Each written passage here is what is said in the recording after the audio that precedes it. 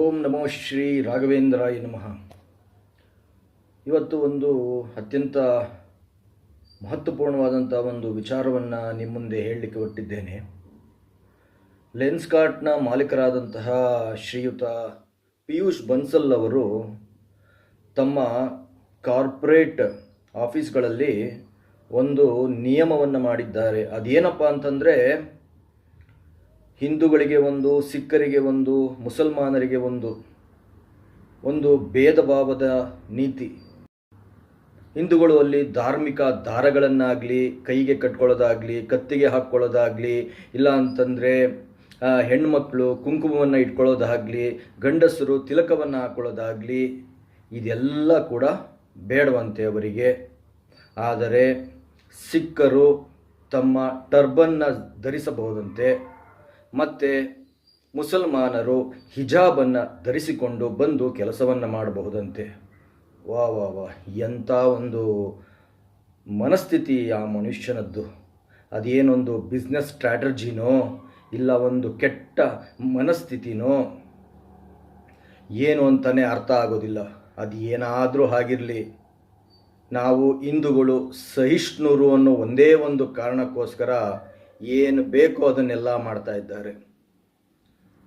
5,000 ಕೋಟಿ ಕಂಪನಿ ಅದು.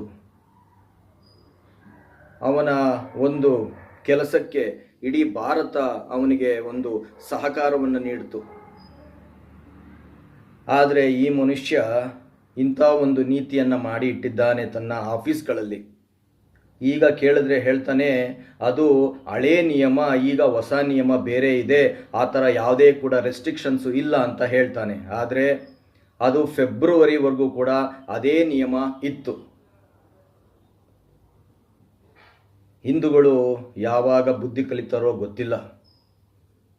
ಮೊಟ್ಟ ಮೊದಲನೇದಾಗಿ ನಾವು ಮಾಡಬೇಕಾಗಿರುವಂಥ ಕೆಲಸ ಏನಪ್ಪ ಅಂತಂದರೆ, ಆರ್ಥಿಕ ದಿಗ್ಬಂಧನವನ್ನು ಆ ಮನುಷ್ಯನ ಮೇಲೆ ಇರಬೇಕು. ಅವನ ಸ್ಟೋರ್ಗಳಿಗೆ ಹೋಗಿ ಅತಿಕ್ರಮಣವನ್ನು ಮಾಡಿ ಇಲ್ಲೀಗಲ್ ಕೆಲಸಗಳನ್ನು ಮಾಡಬಾರದು.